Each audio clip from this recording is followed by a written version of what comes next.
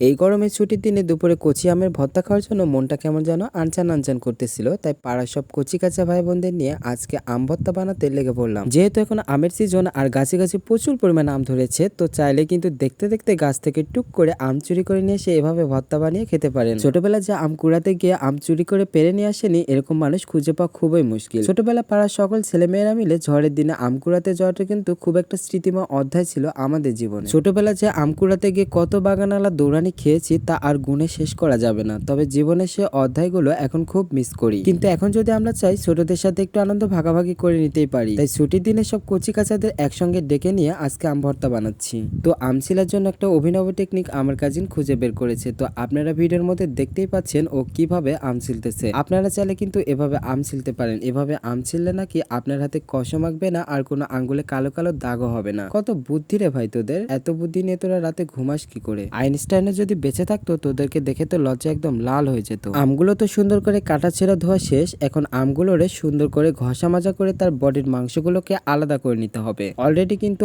আমের মধ্যে আঠি হওয়া শুরু করে দিয়েছে আর কিছুদিন পর কিন্তু আমগুলো পেকে যাবে। আমগুলো পেকে যাওয়ার আগে আপনারা চটজলদি করে এই আমের ভর্তা বানিয়ে খেয়ে নিন। একে তো আমগুলো এত বিখাউস স্টক, তার টক স্বাদগুলোকে আরেকটু বাড়িয়ে দেওয়ার জন্য তার সাথে অ্যাড করে নিচ্ছি পাকা তেঁতুল। টক খাবারের সঙ্গে পাকা তেঁতুল অ্যাড না করলে যেন তার স্বাদ স্বয়ংসম্পূর্ণ হয়ই না। আর তার সাথে অ্যাড করে নিব প্রচুর পরিমাণে শুকনো মরিচ, যেন যে খাবে সে হাগু করতে যে বুঝতে পারে যে গতকাল আম ভর্তা খেয়েছিলাম।